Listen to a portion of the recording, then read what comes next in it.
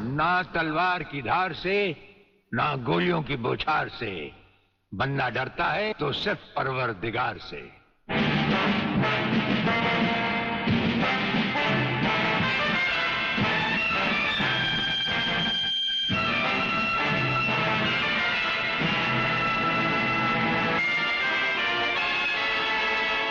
Brigadier Suryadev Singh.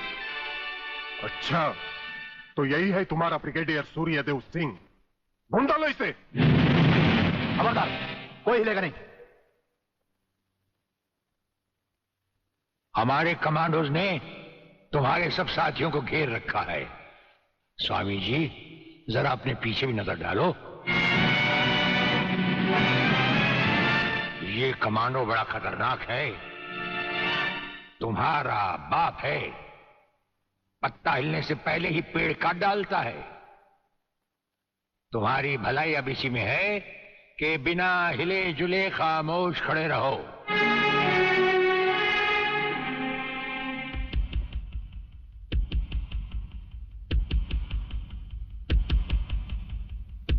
Dubey नाम है सत्यवादी।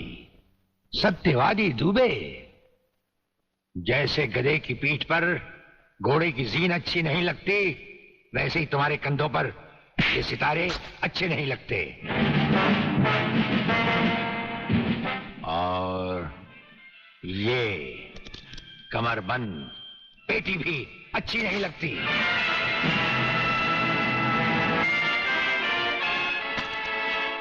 अब वो कसम याद करो जो तुमने खाई थी ये वर्दी पहनने से पहले। हम कसम खाते हैं कि हम पूरी ईमानदारी और वफादारी से देश और कानून की रक्षा करेंगे।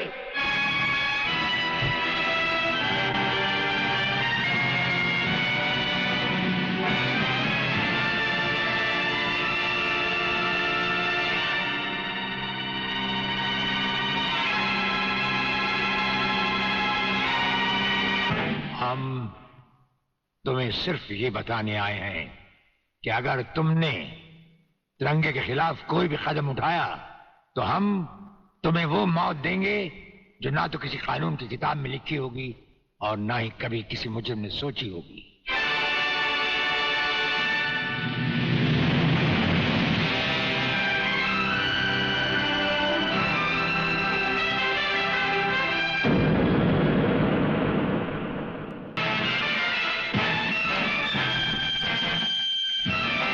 कौन हो तुम? लगता है बब्बन मियां ने कल रात अपनी आंखों में सुरमा नहीं लगाया, जरा कम दिखाई देता है। ब्रिगेडियर सूर्यदेव सिंह? हाँ, ब्रिगेडियर सूर्यदेव सिंह। बब्बन मियां, हमें तो उसी के हाथों से मरना है जिसने हमें इस दुनिया में पैदा किया। तुम सब अपने आप को हमारे हवाले कर दो, वरना तुम्हारा बनाया हुआ आमों का बागीचा तुम सबका अपने हाथों से बनाया हुआ कब्रिस्तान बन जाएगा। तो आओ आगे और पकड़ लो मुझे, मगर इतना याद रखना कि जहां तुम खड़े हो उस पेड़ से लेकर मैंने अपने चारों तरफ माइंस बिछा रखी हैं। अगर इसके अंदर तुमने पैर रखने की भी कोशिश की तो तुम्हारे चीथड़े उड़ जाएंगे।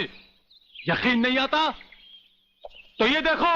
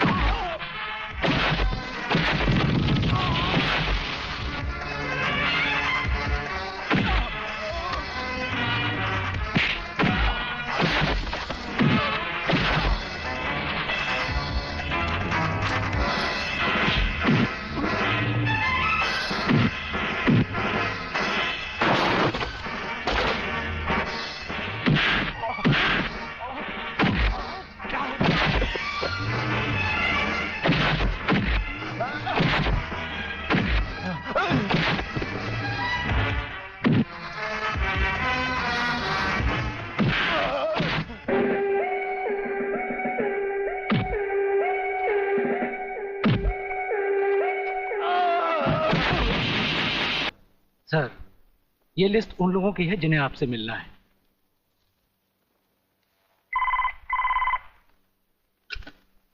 सर, मंत्री जी आपसे मिलना चाहते हैं।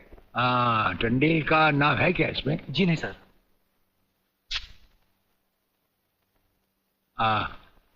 आज तो हम अपना एक एक मिनट दूसरों को दे चुके हैं, दम लेने की भी फुर्सत नहीं होगी।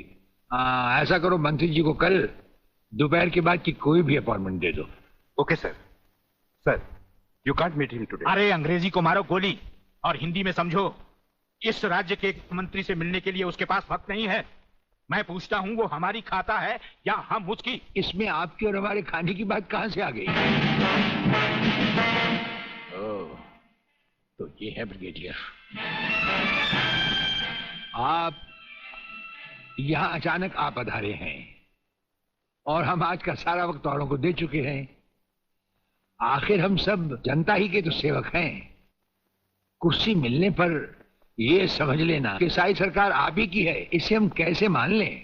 आप मुझे ये न समझाएं कि सरकार किसकी है।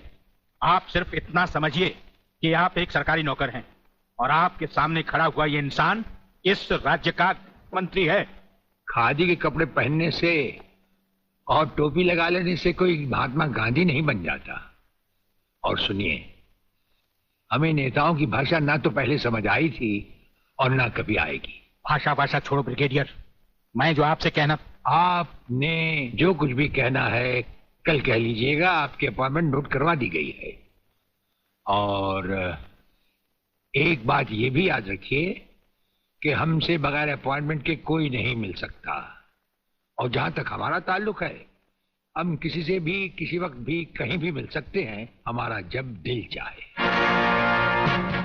शायद आपने वो लेटर नहीं पढ़ा जो सेंट्रल गवर्नमेंट ने आपको भेजा है।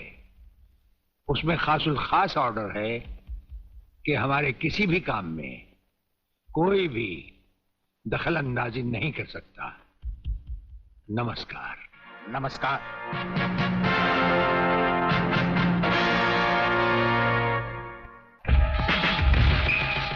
वेलकम। वेलकम। प्लीज।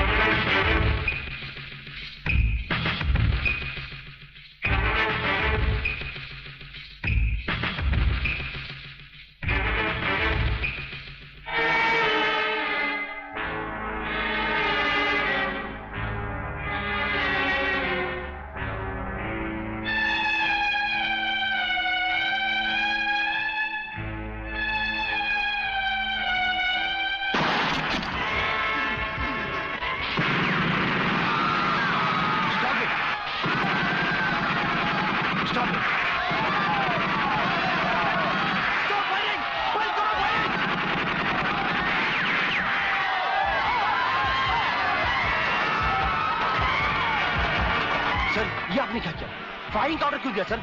आपकी एक गलती से कितनी जाने गई, इसका जवाब कौन देगा ब्रिगेडियर साहब? मिस्टर तिवारी, इसका जवाब अब ब्रिगेडियर को ही देना होगा, और वो भी अदालत में।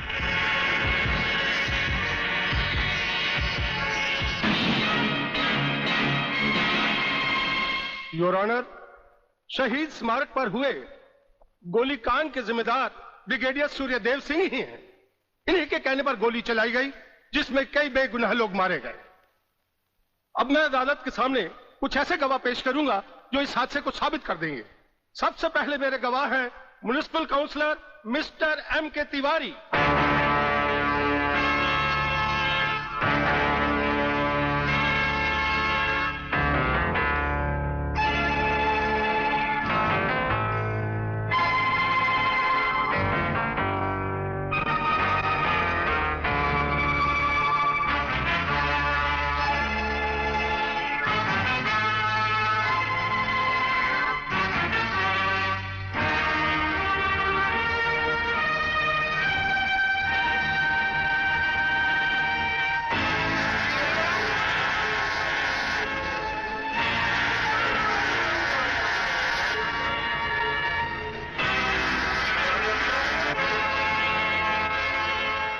योर ऑनर, अब हमारा आखिरी एक ऐसा चश्मदीद गवाह है जिसकी सच्चाई पर कोई शक नहीं कर सकता, और वो है इंस्पेक्टर शिवाजीराव वागले।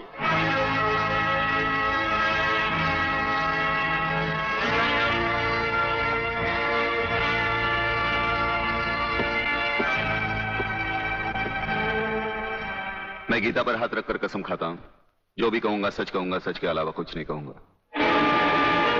जज साहब, शहीद स्मारक पर जो भी कुछ हुआ मेरी आंखों के सामने हुआ। मुझे इस बात का ताज्जुब है और अफसोस भी है कि ब्रिगेडियर सूर्यदेव सिंह जैसे जिम्मेदार और सुलझे हुए अफसर ने ऐसा कदम क्यों उठाया जिससे निर्दोष लोग मारे गए। इस हत्याकांड के जिम्मेदार ब्रिगेडियर सूर्यदेव सिंह ही हैं।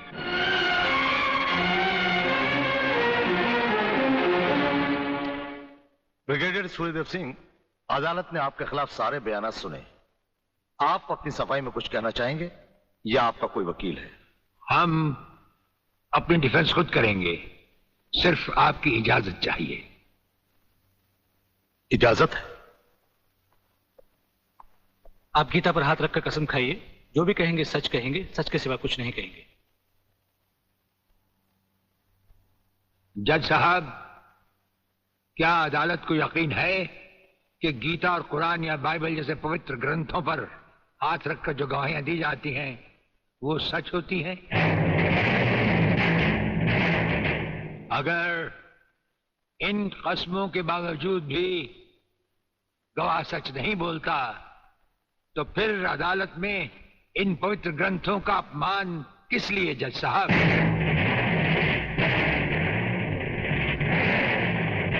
अगर फैसला ऐसे सबूत और गवाहों की बिना पर ही होता है जो पैसे से खरीदे जा सकते हैं तो बंद करवा दीजिए ऐसे रस्म रवाज जो कि झूठे हैं। ये मुकद्दस ग्रंथ हमारे धर्म और ईमान का ताज है, हमारी जिंदगी की बुनियाद है।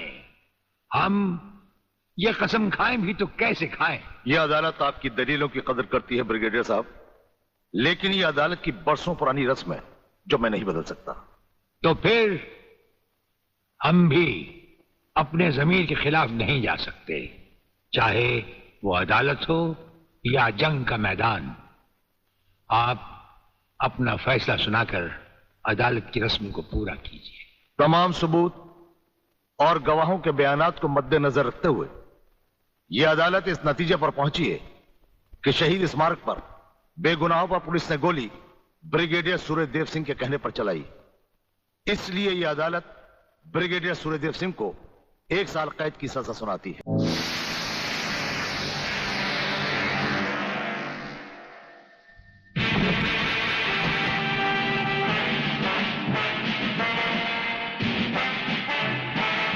कुछ ही देर पहले तुम जेल की कोठरी में बंद थे, फिर वहां से निकले कैसे?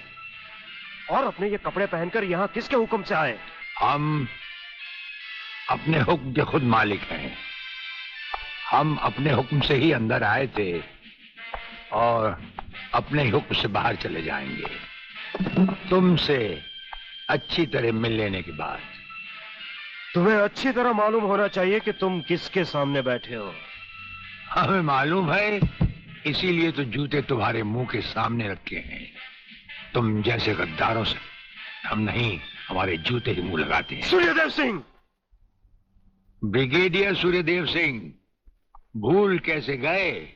हम आज भी ब्रिगेडियर हैं, कल भी ब्रिगेडियर थे। जेल में आना तो एक नाटक था तुम जैसे मुजरिम तक पहुंचने के लिए। और ये रहे तुम्हारे काम के कागज। ये हमारा रिहाई का ऑर्डर और ये है तुम्हारी गिरफ्तारी का वारंट।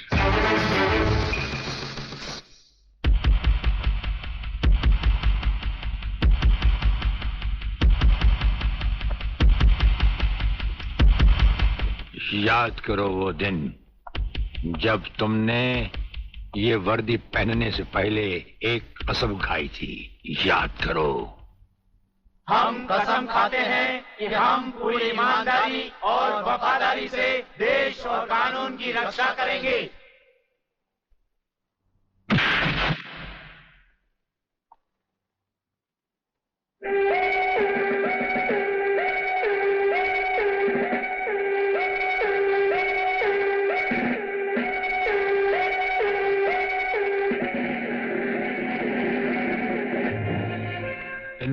की बारात में ये वर्दी वाला दूल्हा नहीं जाएगा वागले। इसके भी कपड़े उतार डालो।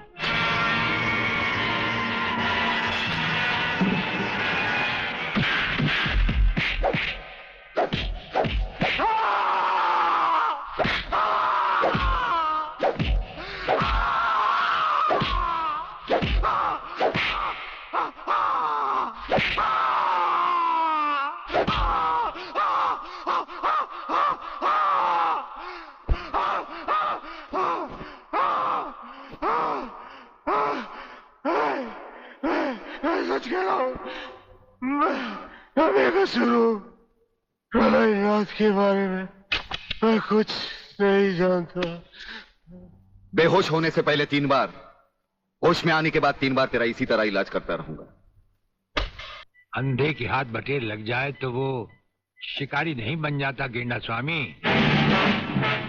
जिसे तुम प्रोफेसर खुराना समझे बैठे हो वो दरअसल तुम्हारा अपना ही एजेंट है, जो फ्रांस से प्रोफेसर खुराना का साई की तरह पीछा करता आ रहा है, समझे?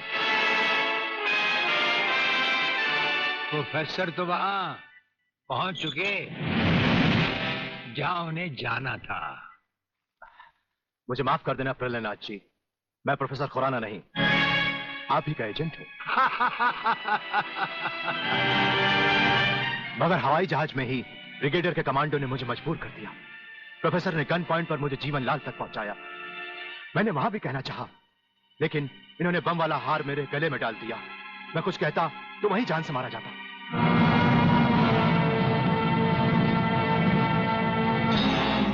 तुम वहां पर भी मारे जाते और यहां पर भी मारे जाओगे।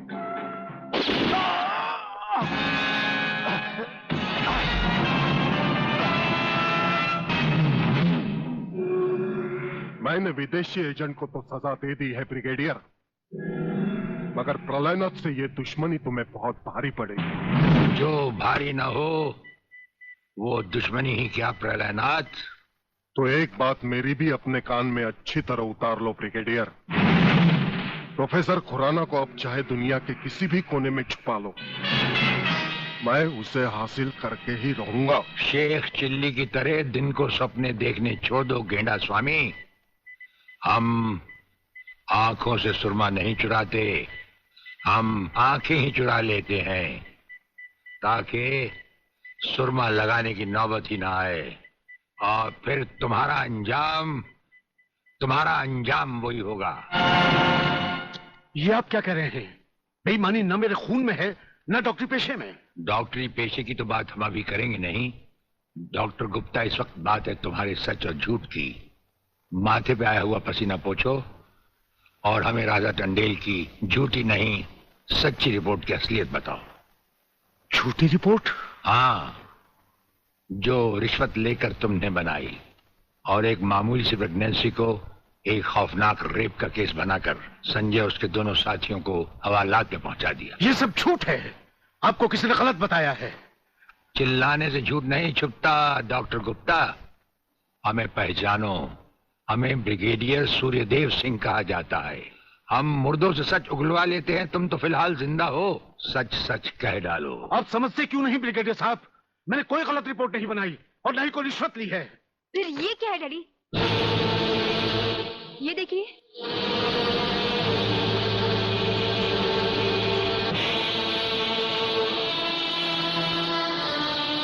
ये रुपए आपके कबड़ में थे डैडी। मैं समझी थी कि किसी को जीवन दान देने के लिए आप इसमें दवाइयां लाए हैं, पर ब्रिगेडियर साहब की बात सुनकर जब मैंने इसको खोलकर देखा तो पता लगा कि मेरे पिता मेरे लिए शादी का जोड़ा नहीं, कफन खरीदने के लिए रिश्वत का पैसा लाए हैं। संध्या। हाँ डैडी, जिस संजय चौहान को आपने सलाखों के पीछे पहुंचाया, मैं उसी से प्यार करती हूँ। अगर संजय को कुछ हो गया तो मैं जिंदा नहीं रहूंगी, मैं मर जाऊंगी। देखा डॉक्टर, हराम के पैसे का रंग।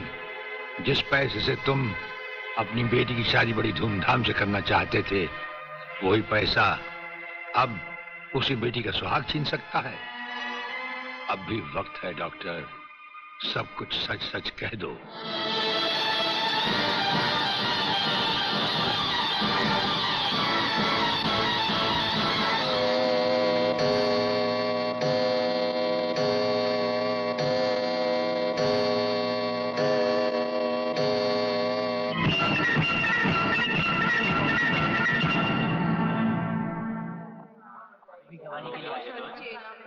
नहीं आता है ये लोग छूट जाएंगे। Order order. अब डॉक्टर गुप्ता बयान देंगे जिससे सारी अदालत के सामने जाहिर होगा कि असलियत क्या है। जज साहब, मिस राधा टंडेल के बलात्कार की झूठी रिपोर्ट मैंने ही तैयार की थी। सच्चाई यह है वो पेट से थी और उनका अबॉर्शन मैंने ही किया था। जज साहब, मैंने अपना जमीन बेच दिया था। मैं अदालत के सामने कबूल करता हूं कि मैं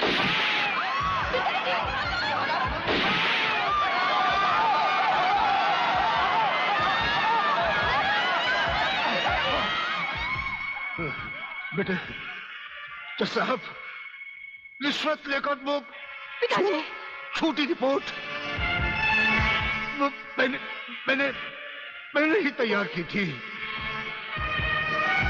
वो लड़के निर्दोष। पिताजी, नहीं, ये नहीं हो सकता। पिताजी, पिताजी। आखिर तुमने वही किया जो हम नहीं चाहते थे। आज तक एक बात मेरी समझ में नहीं आई, आखिर आप चाहते क्या? क्या आप ये चाहते हैं कि एक के बाद एक की मौत होती रहे और हम चुपचाप देखते रहें? पहले डॉक्टर गुप्ता की मौत हो गई, फिर अली मारा गया, आज इस प्रलयनाथ के पिल्ले ने मुझ पर गोली चलाई। ये देखिए, अगर मैंने बुलेट प्रूफ जैकेट नहीं पहनी होती तो मरने वालों की लिस्ट में मेरा भी नाम जुड़ जाता। लेकिन इसने तुम पर गोली क्यों चलाई? क्योंकि मैंने इसे मजबूर किया था। इसके खिलाफ सारे सबूत मैंने पहले ही इकट्ठा कर लिए थे। सवाल था उंगलियों के निशान का, जो इस रिवॉल्वर पर मौजूद हैं। एक बात मैं दावे के साथ कह सकता हूं सर, अनीता चौधरी का कातिल और राधा टंडेल से शरीर संबंध रखने वाला यही है रसिकनाथ। डीआईजी के बेटे संजय को फंसाया है क्योंकि वो अपने बाप के कातिल का चश्मदीद गवाह है। वागले, अब हम इसे उस अस्पताल में ले जाएंगे जहां इसके अंदर के छुपे हुए राज एक बीमारी की तरह बाहर आ जाएंगे।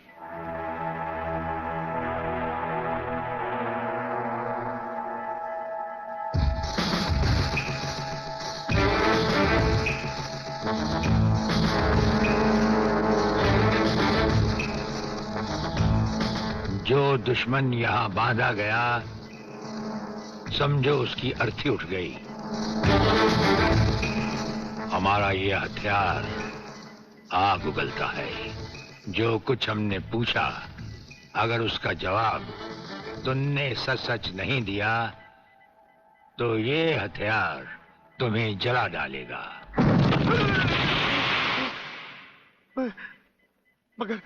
मगर आप चाहते क्या है? प्रलयनाथ गिरना स्वामी तुम्हारा बाप है। हाँ जी, हाँ जी। और अब वही इस देश को खत्म करने की तैयारियां कर रहा है। हाँ जी, बिल्कुल। हाँ, मुझे माफ कर दो, मुझे जाने दो। नहीं, मैं बता रहा हूँ, मैं सब बता रहा हूँ। मेरे बाप का अगला प्लान क्या है? मुझे छोड़ दो।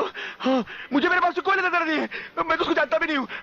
मेरे बाप का अगला प्लान है कि प्रोफेसर खुराना को किडनैप करने वाला है। डैडी, रुको, डैडी रुको। डैडी, ये बहुत खतरनाक लोग हैं, मुझे बचा लो डैडी, जल्दी।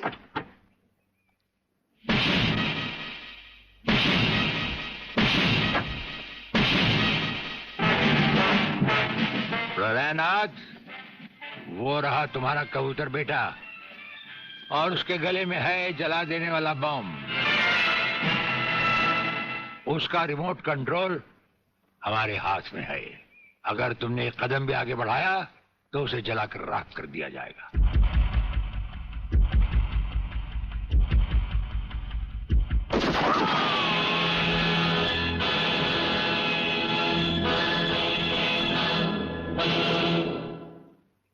काफी हो गया, ये तमाशा बंद करो प्रलयनाथ। हाँ डैडी, आप वही करिए जो ये कहते हैं, वरना ये लोग बहुत खतरनाक लोग हैं, मुझे मार डालेंगे। क्या चाहते हो तुम? क्या मजेदार सवाल किया है तुमने, समझे नहीं। प्रोफेसर खुराना को वापस करो और अपने इस कबूतर बेटे को यहां से लेकर रफू चक्कर हो जाओ।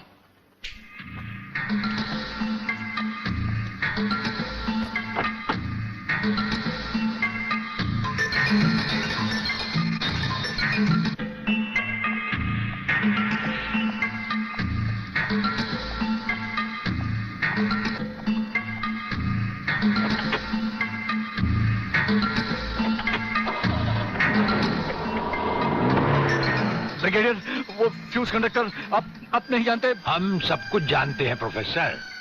उसकी गाड़ी में हमारा ट्रांसमीटर लगाया जा चुका है। वो जो कुछ भी कहेगा, जो कुछ भी करेगा, जहां कहीं भी जाएगा, उसकी हर एक मूवमेंट की खबर हमें मिलती रहेगी। हमारे ट्रांसमीटर का सिग्नल बता रहा है कि गिड्डा स्वामी का अड्डा वो ये रहा। ये से बाहर एक वीरान जगह पहाड़ियों के बीचों बीच है। कमांडोज रेडी फॉर ऑपरेशन तिरंगा।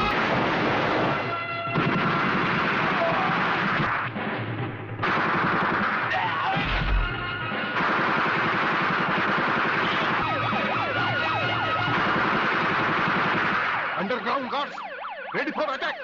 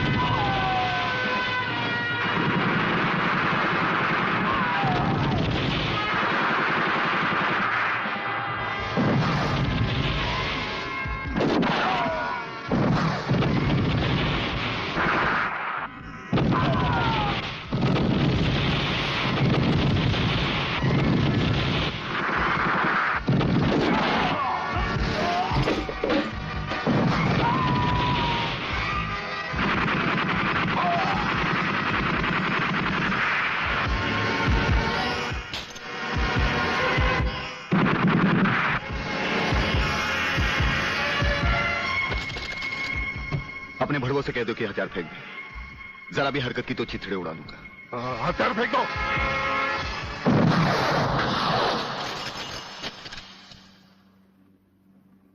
हम तो समझे थे कि तुम जंगबाजों की तरह जंग लड़ोगे, लेकिन तुम तो एक घटिया किस्म के भगौड़े प्यादे निकले। अधूरे में ही हथियार डाल दिए। प्रलयनाथ कभी कोई जंग अधूरी नहीं लड़ता ब्रिगेडियर। देखना चाहते हो तो देखो।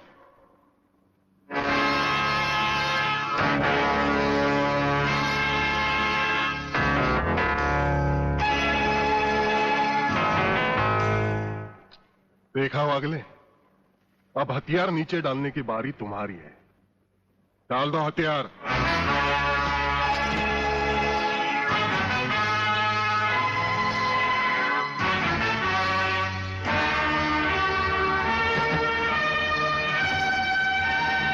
ब्रिगेडियर, हथियार नीचे डाल दो।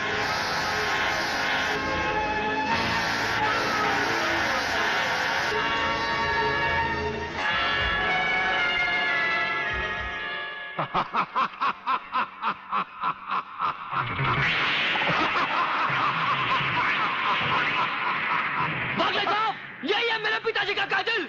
इसी ने मेरे पिताजी का खून किया। यही है कातिल। बागले साहब, मत छोड़ना इसे। हाँ, मैं हूं तेरे पिता का कातिल, और आज तुम सबका कत्ल भी मेरे हाथों से ही होगा।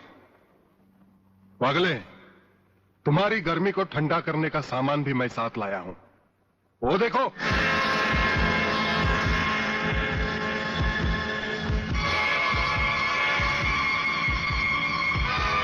खबरदार अपनी जगह से हिलने की कोशिश की। एक ही बटन दबाऊंगा, सबको राख कर दूंगा। अगर देखना चाहते हो तो ये देखो।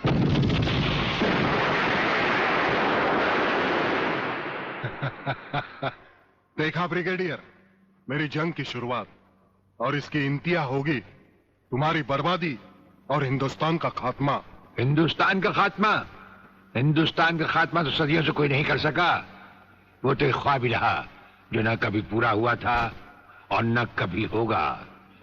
रहा हमें मारने की बात, तो फिर हिंदुस्तान में शेर बचे ही कितने हैं। उन्हें तो हुकूमत भी मारने की इजाजत नहीं देती। और फिर तुम जैसे गेंडे की शक्ल की औकात थी क्या? मेरी औकात का पता तो तुम्हें आज ही चलेगा ब्रिगेडियर। मैं भी देखता हूं इन शेर के जबड़ों में कितने दांत हैं।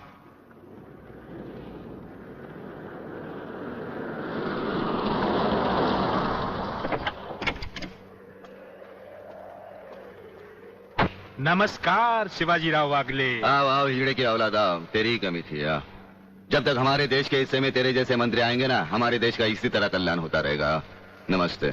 वाह प्राणनाथ जी वाह, क्या खूब मिलाई है इन दो देशभक्तों की जोड़ी, जो आज देश के नाम पर एक साथ शहीद हो जाएंगे।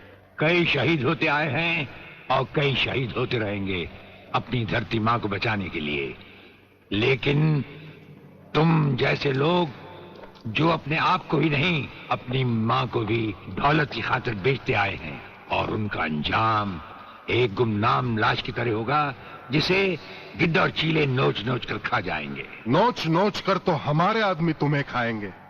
मैंने फैसला किया है, आज 15 अगस्त के दिन मैं इस देश को बर्बाद कर दूंगा। आज वो दिन हमारे और तुम्हारे सामने है। ध्वजारोहण को अब सिर्फ 24 मिनट बाकी है, और 25वें मिनट में क्या होगा वो तुम सब अपनी आंखों से देखना। प्रलय 1 आउट, रेडी फॉर टारगेट।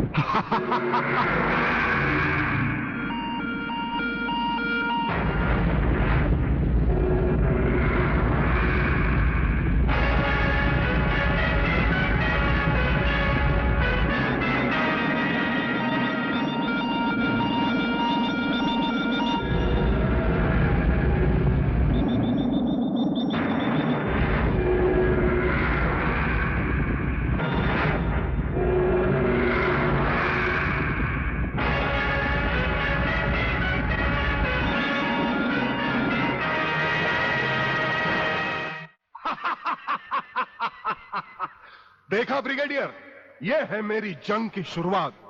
अब तुम सबके सामने ये मेरे तीनों मिसाइल्स ईस्ट, वेस्ट और नॉर्थ कमांड को खत्म करेंगे और हिंदुस्तान पर विदेशी हुकूमत का झंडा लहराएगा। और इस देश की बर्बादी तुम सब अपनी आंखों से देखोगे। ये देखो।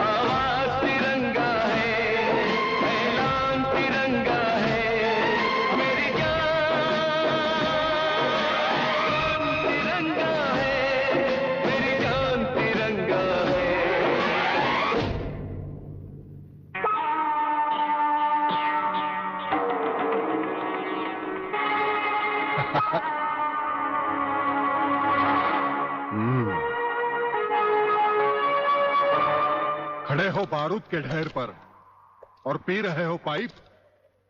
तुम्हारे जलवे में कोई कमी नहीं आई ब्रिगेडियर। तुम दोनों में से कोई भी अपनी जगह से हिला तो दोनों कैबिन रिमोट कंट्रोल से उड़ा दूंगा। खबरदार हिलो नहीं, भून कर रख दूंगा।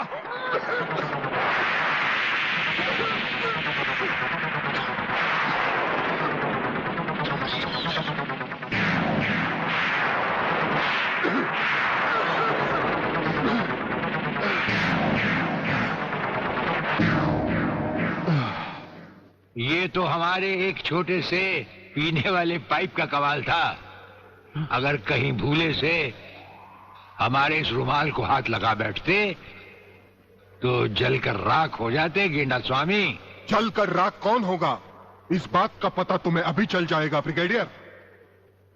प्रलय 1 स्टार्ट।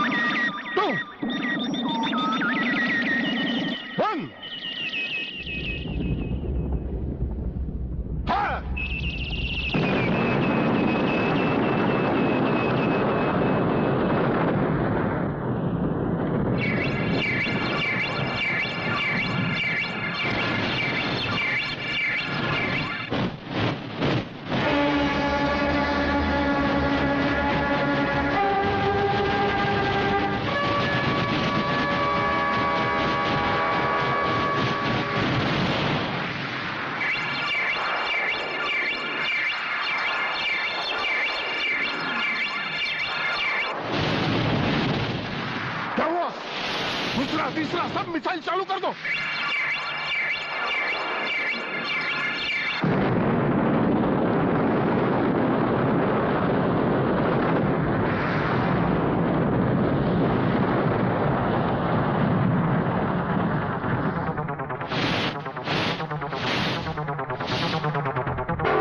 प्रलयनाथ जी, मैं पूरी कोशिश कर रहा हूं, लेकिन पता नहीं क्यों एक भी मिसाइल टेक ऑफ नहीं हो रहा। इसका टेक ऑफ कर दो। हमारा वो पाइप डायनामाइट से भरा हुआ था। हम जानते थे कि तुम कभी ना कभी हमारे हाथ से छीन कर उसे फेंकोगे। उसी के धुएं की आग लेकर हमने तुम्हारे सब मिसाइल के फ्यूज कंडक्टर निकाल लिए हैं। गेंडा स्वामी, फ्यूज कंडक्टर। अब तुम्हारे मिसाइल में सिर्फ धुआं रह गया और कुछ भी नहीं। बाकी बचे तुम। गेंडा स्वामी, उसे तो हम निपट लेंगे। भून डालो इसे।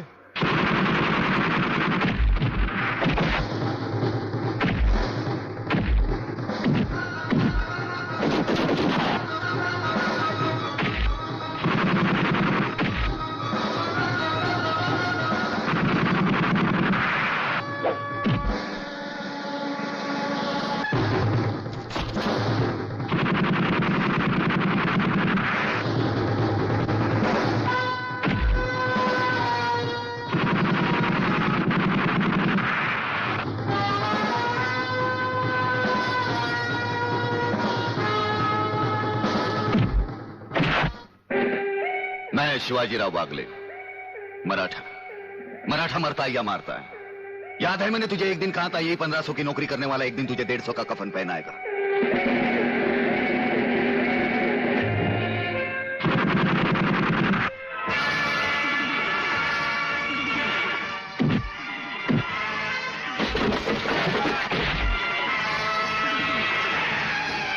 भाग रहे हो जानी?